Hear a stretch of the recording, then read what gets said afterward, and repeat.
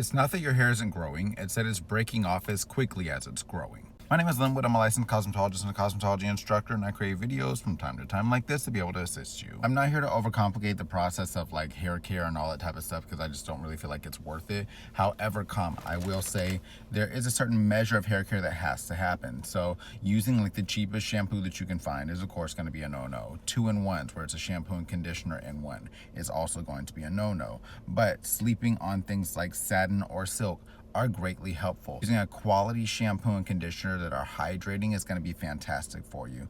Not putting heat on your hair every single day makes a massive difference. Ensuring that you are wrapping your hair at night instead of constantly flat ironing or curling or putting heat on there in order to maintain your style makes a massive difference. If you're bleaching your hair using something like a bond builder, and it doesn't have to be K18 or Olaplex, it can be one of the over-the-counter ones as well. So it doesn't have to be the super expensive one. There are several that are over-the-counter. And if you'd like me to delve more into that, please let me know. I'll be more than happy to do so. Tell me in the comments. When it comes down to it, the number one cause of breakage is dryness. So if your hair is dry and dehydrated, there's a good chance that you're going to be seeing breakage, especially as that hair is hitting the shoulders. So if you're starting to notice, hey, my hair's not really going past shoulder length, there's a good chance that it's breaking off. And you can usually have this evidence by seeing little short pieces on your pillowcase, on your shoulders of your shirts, things like that. All of that's going to be a factor. If your hair has split ends that you are trying not to trim because you're trying to maintain whatever levels of length that you have, I would highly encourage you to dust those ends. The reason why that's so important is because when it comes down to it, those split ends tend to tangle and mix. They start to knot up, and before you know it, you have to brush and rip through that hair, and it's not going to break even. It's going to break straggled like this here. That's causing more split ends. So if you're noticing balls on the ends of your hair, it's time for you to get a light trimming at the very least. If you're noticing that hair's always tangled up, yeah, there's a good chance that you're either using poor shampoo and conditioner, that hair is dehydrated, or you've got split ends. So first thing to do is you're gonna go ahead and make sure you're not using like super cheap like Suave, VO5, whatever, which don't get me wrong, Suave has some stuff that's better than they used to. But I mean like the old school 98 bottle, you're buying it for the scent type of situation, not that. Get something that says it's specifically for moisture, specifically for hydration, things like that. You'll notice a massive difference. If your hair has been chemically treated quite a bit and it says it's for restoring the hair or it's for dry, damaged hair, then yeah, you need that.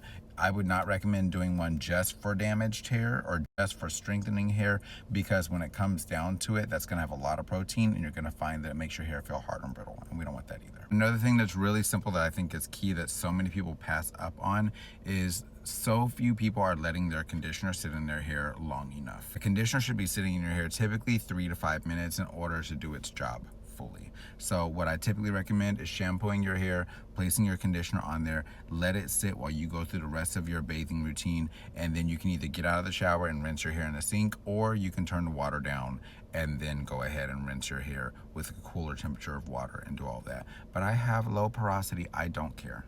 I still recommend doing it that way. The internet has made porosity so much more complicated than it has to be, and low porosity hair is not a bad thing. If anything, low porosity hair is a fantastic thing. It means that your hair is exceptionally healthy. And if you're like, well, I have low porosity hair and my hair is not exceptionally healthy, you probably don't have low porosity hair. You're probably just not correctly caring for your hair. I'm sorry. I don't want to try to be rough about it, but I also don't want to sugarcoat it for you to where I have you believe in stuff that's just simply not true. If you're regularly using hot tools in order to style your hair, I will tell you now that the blow dry is more important than the press or the curl.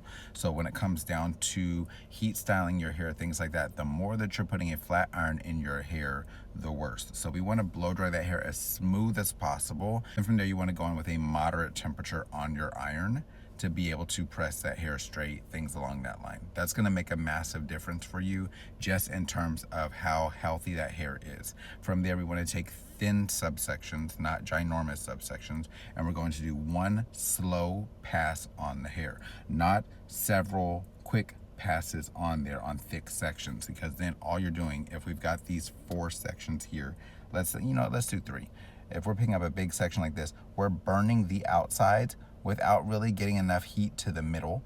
And so we end up with heat damage here.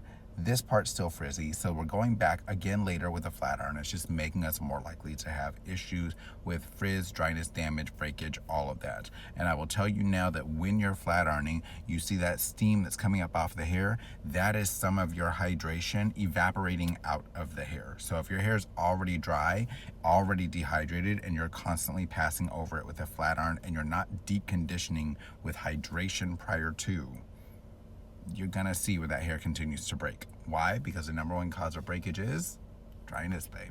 If you're looking to learn more about standard hair care, all of that, I do have a free hair care guide that you can download, and depending on what app you're on, it's either in the link in my bio or it's some places on my page that you can click. It's linked in the comment section. I will let you know there are multiple different places that you can get it, and it's completely free. The only thing it requires is your email, because it emails it to you. Okay, so if you have any questions on any of that, it does have recommendations for products and all that in there as well. And of course, if you have additional questions, let me know. Hope that this information has helped you out in some capacity. If so, please let me know in the comments. If you have specific issues that you'd like to know about, let me know in the comments as well, and that way I can make follow-up videos. Okay, love you, bye. Make good decisions.